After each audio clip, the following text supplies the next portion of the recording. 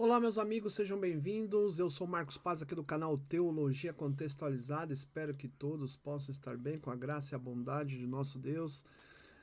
Você que tem acompanhado o canal, estamos numas exposições diversificadas sobre interpretação bíblica e tem sido uma jornada importante de esclarecimentos e obrigado aí por você estar acompanhando e deixando o seu like, compartilhando, comentando e na medida do possível a gente vai também respondendo e tirando as suas dúvidas, tá certo? O canal Teologia Contextualizada tem como propósito fomentar boas exposições bíblicas nas ramificações da teologia bíblica, histórica, sistemática e prática, sempre envolvendo as escrituras sagradas como regra de fé. E você que tem acompanhado as nossas exposições, trabalhando sobre interpretação bíblica, é importante que você possa aí continuar se desenvolvendo e procurando fazer das escrituras sagradas as suas interpretações, respeitando, né, todo o contexto do que o autor quis dizer. E você que está nos acompanhando, compartilha com as pessoas, é, fomenta aí, porque até o final do ano a gente quer crescer o canal. A meta, claro, é muita ousadia, mas eu quero chegar até 1.000 inscritos. Não sei se nós vamos chegar, mas é uma meta, né? E estamos procurando fazer com que isso possa acontecer de forma orgânica, né? Aqui a gente não injeta dinheiro na plataforma, até porque não tem, né?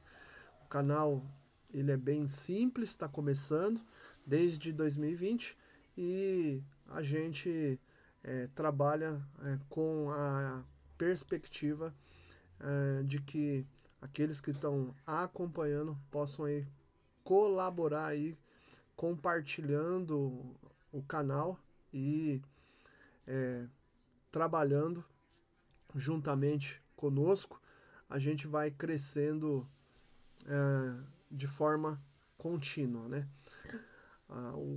O canal não é um canal de entretenimento, você já percebeu, é um canal de educação teológica, promovido nas escrituras sagradas. E aí a gente tem vídeos, né, que são um pouco longos. E eu sei que nós estamos vivendo dentro de uma geração que gosta mais de entretenimento, não gosta tanto, né, de questões educacionais, mas a, a ideia do canal Teologia Contextualizada é de fato fomentar a educação teológica, educação bíblica, para que a gente possa ter uma compreensão de mundo, da fé, e a gente possa ter de fato convicções de fé estabelecidos numa palavra que não perece, mas que tem abençoado e tem transformado muitas vidas, né? Sem mais delongas, vamos então lá falar sobre interpretação das escrituras, do ponto de vista aí, olhando os gêneros literários. Como sempre, a gente tem colocado e mostrado para vocês que o Dr. Russell Shedd, ele cita o Dr. Hirsch e afirmando que a interpretação autorizada ela não pode fugir da intenção do autor. Todos os vídeos que nós estamos fazendo a exposição, nós estamos focando essa afirmação, essa citação que o Dr. Russell Shedd traz, porque ela é importante ser interiorizada no nosso coração, porque o autor bíblico tem uma intenção.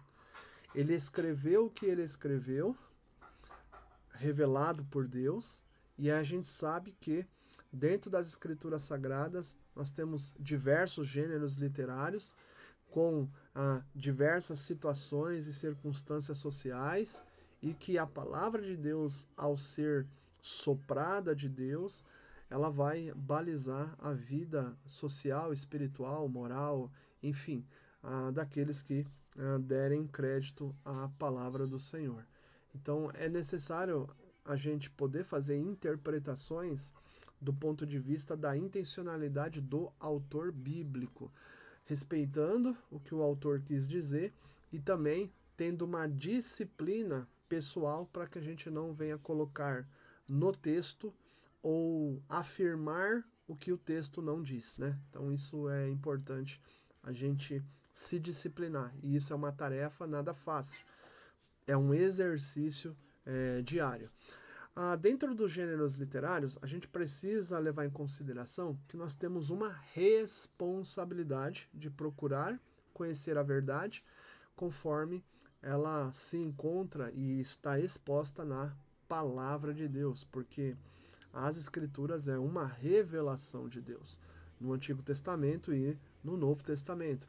Então envolve responsabilidade da gente procurar conhecer a verdade para podermos aí interpretar de forma melhor e poder compartilhar aquilo que nós estamos interpretando com outros para que eles também tenham ciência da palavra de Deus.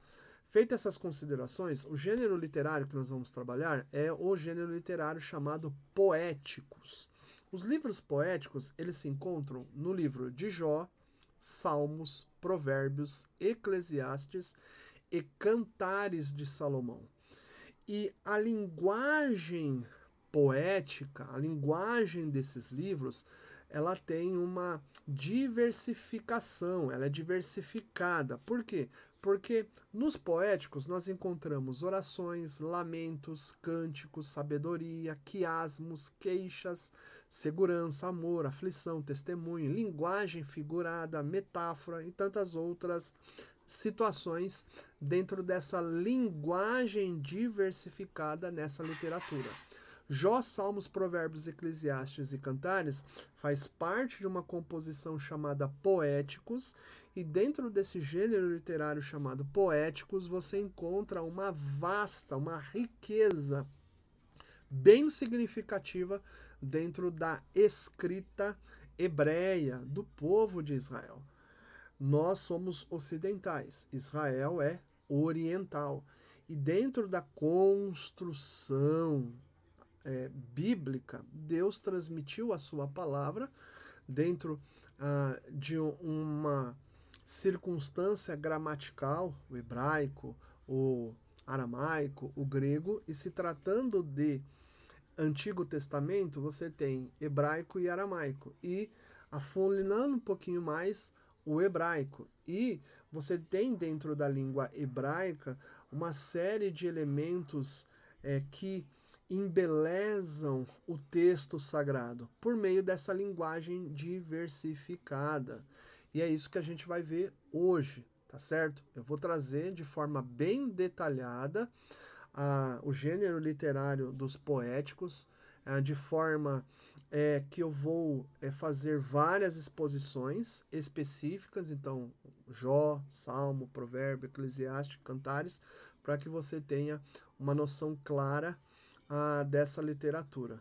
A gente está fazendo isso porque eu tenho feito essas exposições para provocar você a compreender melhor e interpretar melhor as escrituras. A gente vive dentro de um universo social em que tem surgido cada dia mais interpretações equivocadas da Bíblia Sagrada e muitos ataques. A Bíblia, de forma natural, no seu bojo, de forma geral, ela já é atacada.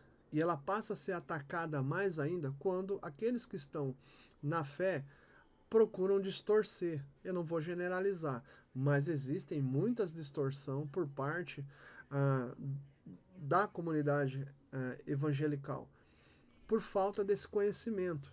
E aqui não tem nada de arrogância, orgulho ou prepotência, mas com os pés no chão e com humildade, poder auxiliar você, até porque eu também estou nesse processo do conhecimento das Escrituras Sagradas.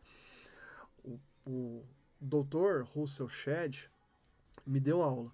E o Dr. Russell Shedd, ele é um exímio pastor e professor na área bíblica, sempre disse que a jornada de um filho de Deus é a humildade. E ele é um PhD no Novo Testamento. E esse homem sempre nos inspirou a conhecer as Escrituras Sagradas. A gente nunca sabe tudo. A gente sempre precisa poder conhecer mais, né? Então, feitas essas considerações, avançando com você, os Salmos, vou começar por eles, tá? Os Salmos, especificamente, são 150 salmos. É uma literatura vasta, com muitos capítulos. E dentro dos Salmos, os Salmos são descrições que são dirigidas a Deus e que expressam verdades por meio de oração ou cânticos acerca da pessoa de Deus. Os Salmos em si, os terlins, os Salmos em si, eles são cantados pelo povo de Israel. Os Salmos é em forma de cânticos. Seria o inário do povo de Israel, para vocês terem uma ideia, né, do que nós estamos falando.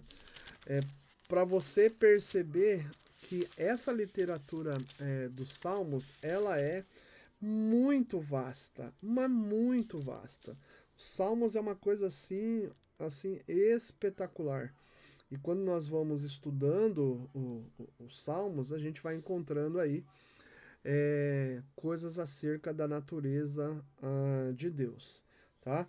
Então, avançando um pouquinho com vocês ainda dentro disso, os Salmos, você vai perceber, acredito eu, que você já deve ter feito seus estudos em algum momento nos Salmos e percebeu, tem muita figura de linguagem e metáfora.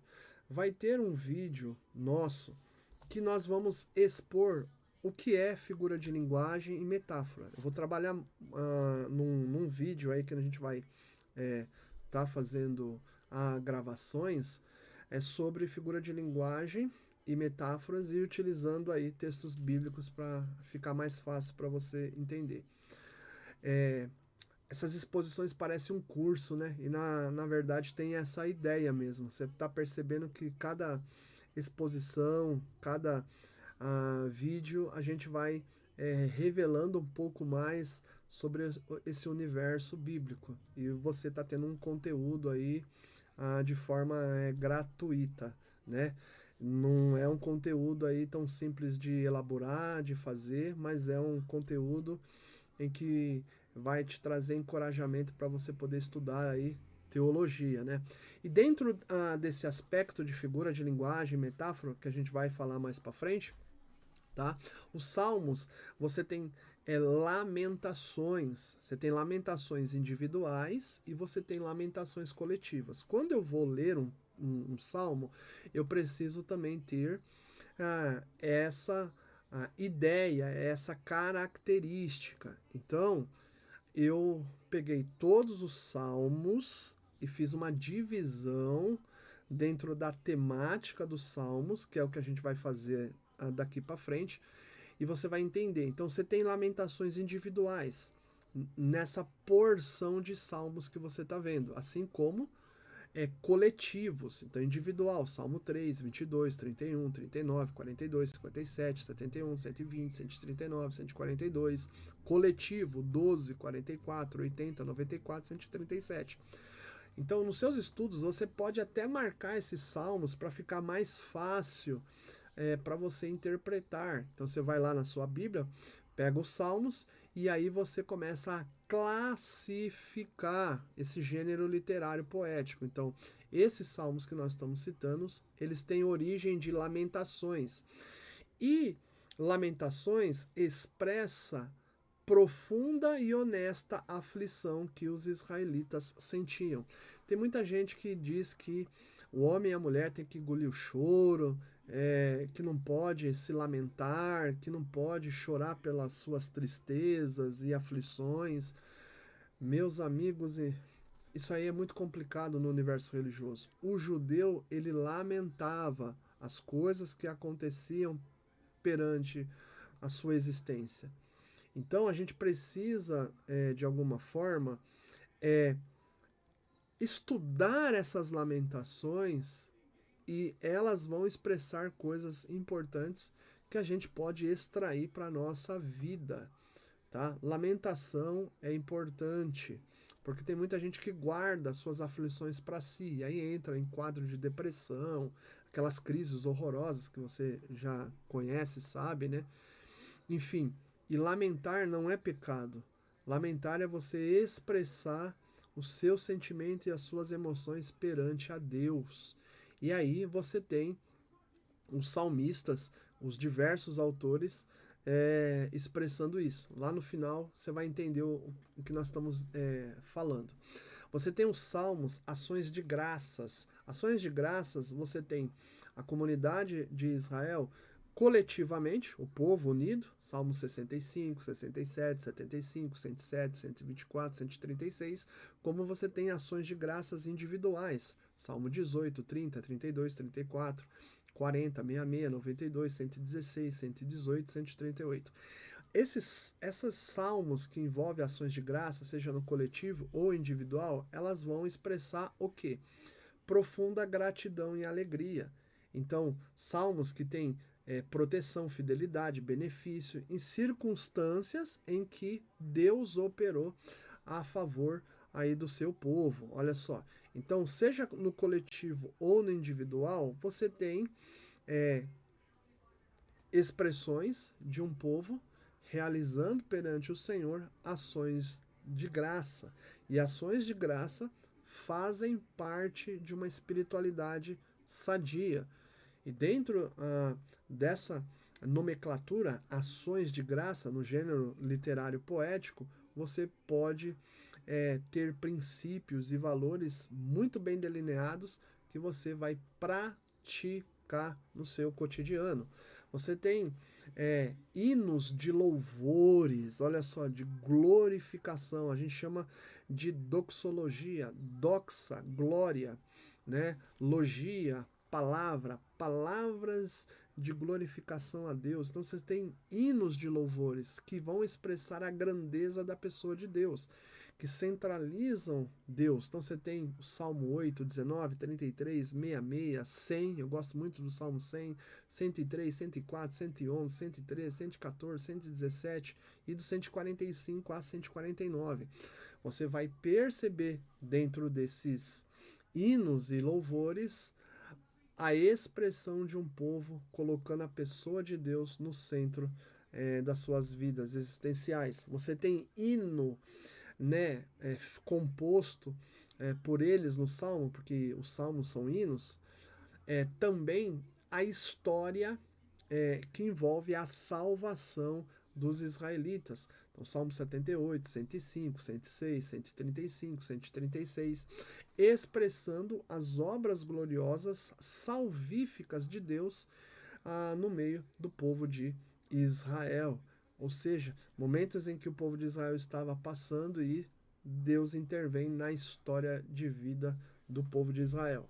Você tem salmos penitenciais, como 32, 38, 51, 135, que vão expressar o reconhecimento e confissão de pecado. Então você tem ali personagens se declarando dentro dos salmos a Deus, reconhecendo que estão em estado de pecado e precisam da misericórdia, da graça e do perdão de Deus. Esses salmos penitenciais nos ensinam a humildade, o caminho da humilhação, e é importante que você possa entender e de repente um dia você vai poder expor salmos penitenciais à comunidade, às pessoas, porque quem não tem pecado? Todos, de alguma forma, têm pecado. Não vive na prática do pecado, porque quem vive na prática do pecado nunca viu Deus, mas todos nós passamos por momentos em que nós precisamos confessar os nossos pecados diante do Senhor, em humildade, e aí você vai tirar lições preciosas dos salmos penitenciais.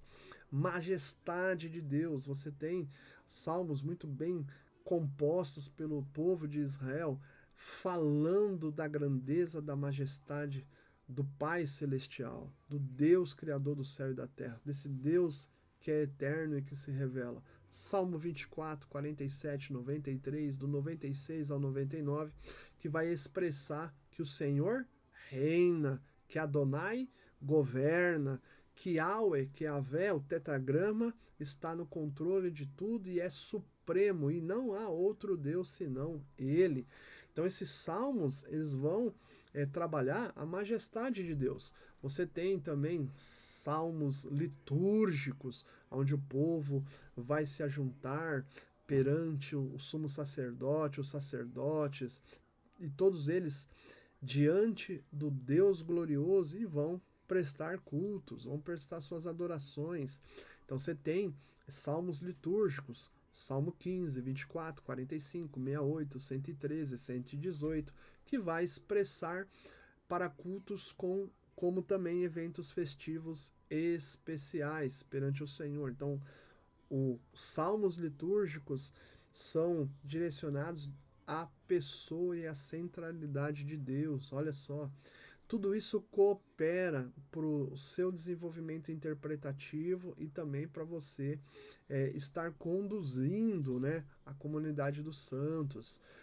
Você tem salmos de confiança e devoção. Então, Salmo 11, 16, 23, 27, 31, 32, 40, 46, 56, 62, 63, 91, 119, 121, 125, 130, 131, 139. Salmos que vão expressar confiança na presença de Deus, ou seja, desse Deus onipresente, onipotente, ou estando com eles, né?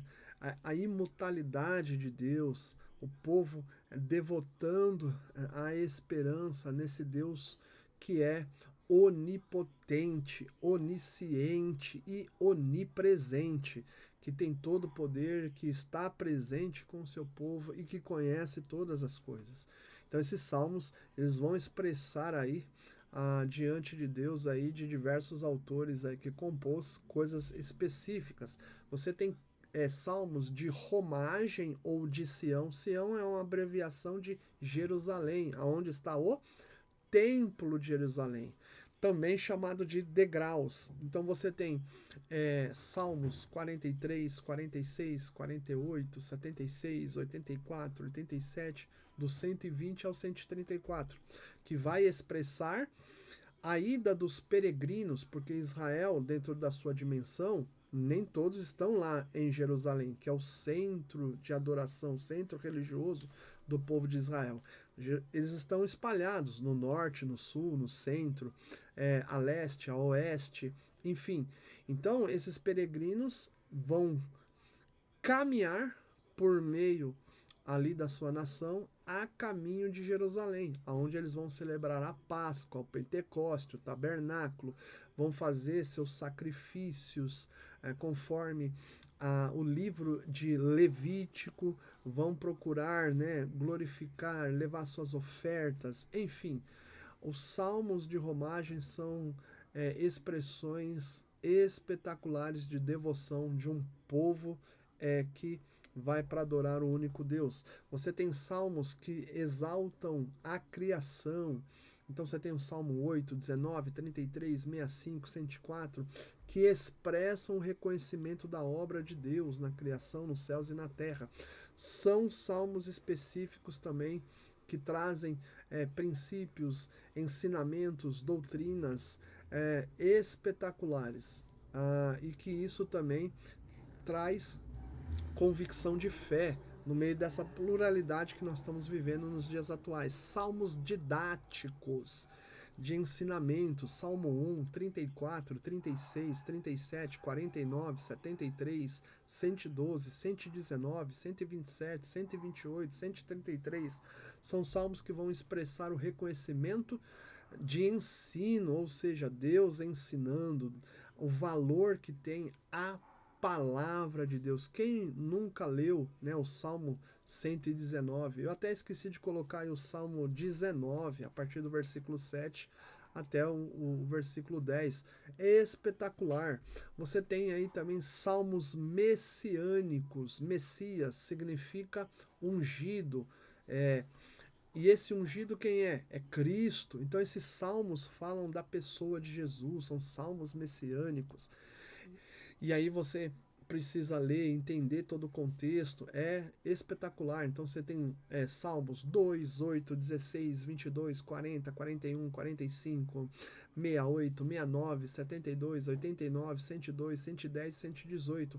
Salmos que vão expressar aí, né, algumas coisas bem interessantes, experiências do rei Davi, Salomão, que tem significado profético com a pessoa de nosso Senhor Jesus Cristo. Então você vai lendo os salmos messiânicos e você, com a ideia, né, do Novo Testamento, você vai entendendo a grandeza, né, desses salmos que revelam o Messias. E você tem salmos imprecatórios. O que são salmos imprecatórios? São os salmos que expressam orações do povo de Deus para que o Senhor possa condenar ou amaldiçoar os ímpios.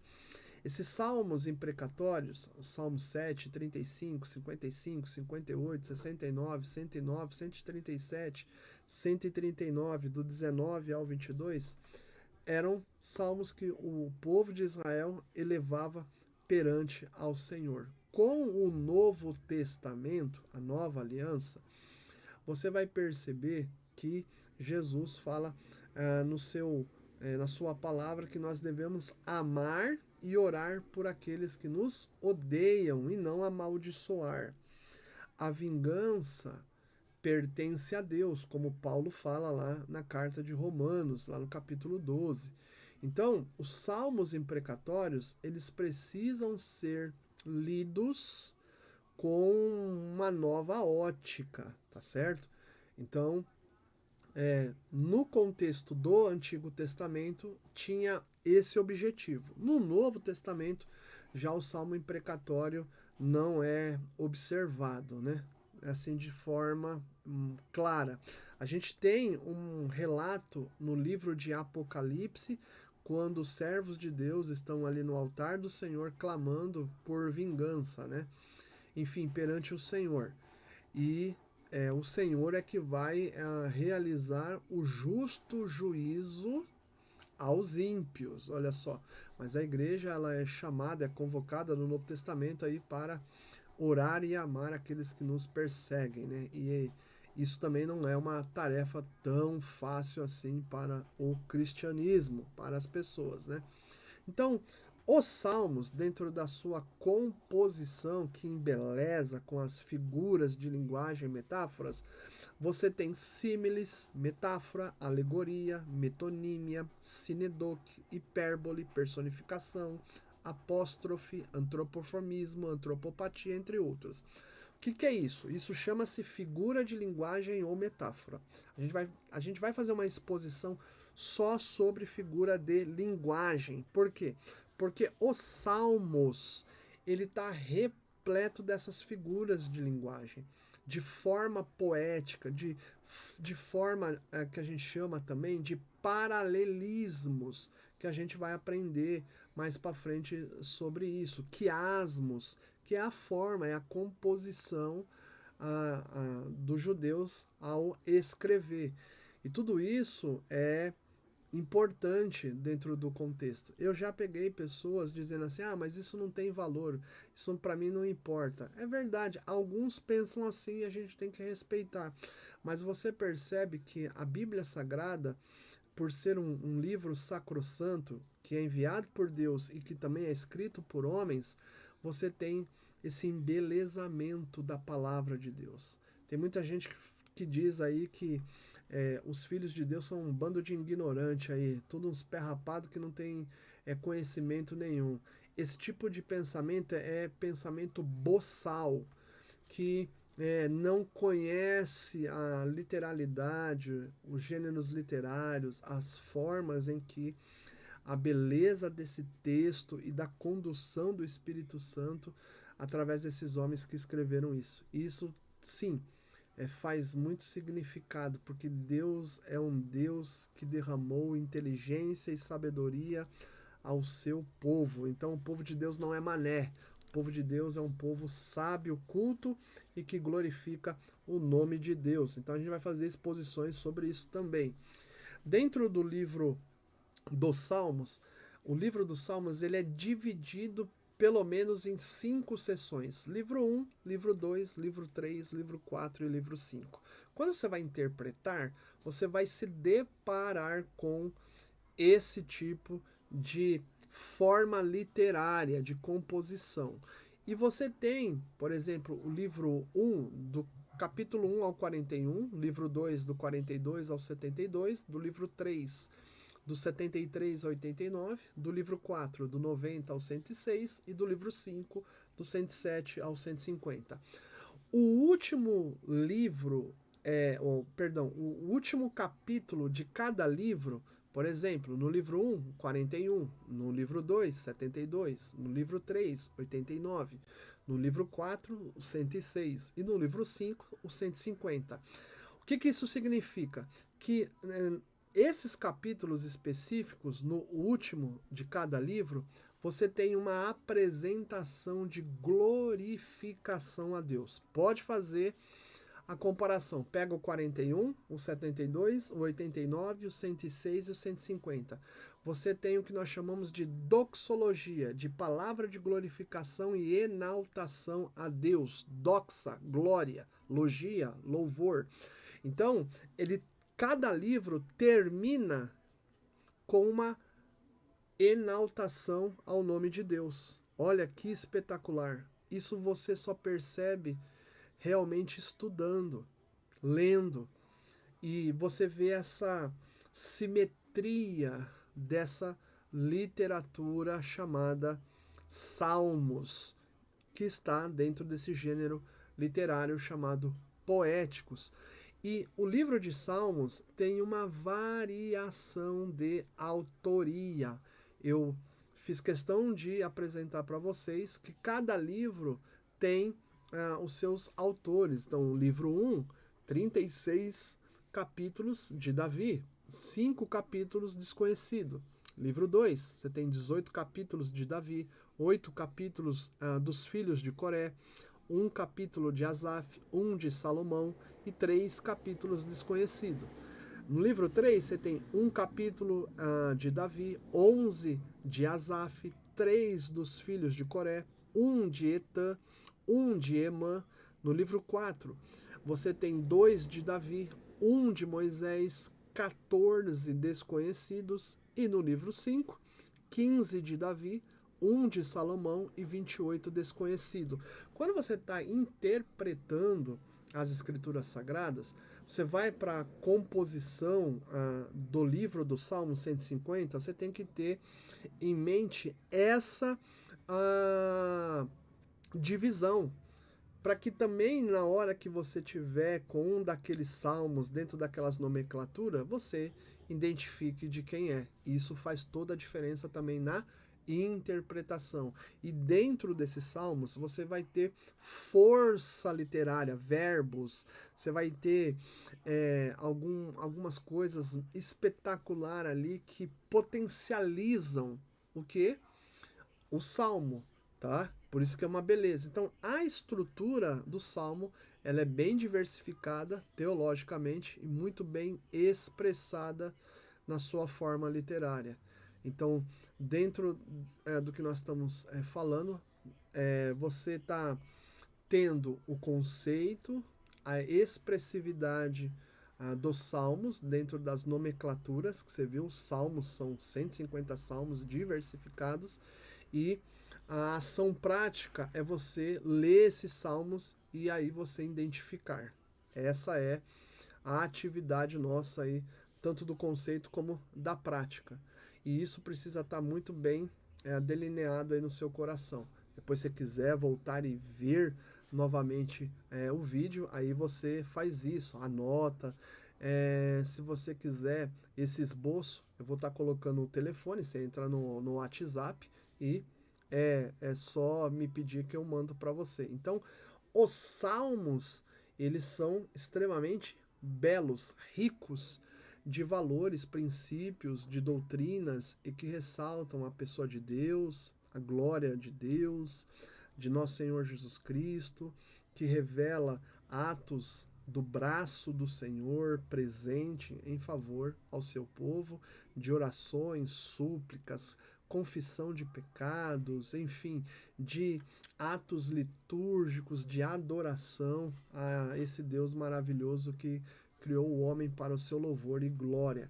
Então, os salmos, o objetivo é a gente entender o cenário geral daquele salmo e o que o autor escreveu, tá certo? Feito toda essa exposição, o que você vai fazer? Você vai pegar as nomenclaturas dos salmos e aí você vai se programar e tirar tempo para ler, entender e aí poder compartilhar com as pessoas aí que você também ama, com as pessoas que fazem parte aí do seu relacionamento e propagar a palavra de Deus para outras pessoas que ainda não conhecem esse Deus maravilhoso. Os salmos também a gente pode trazer grandes lições para o mundo. Os salmos representam aí a glória e a natureza desse Deus maravilhoso. Você que tem acompanhado o canal, não deixa de se inscrever no canal, né?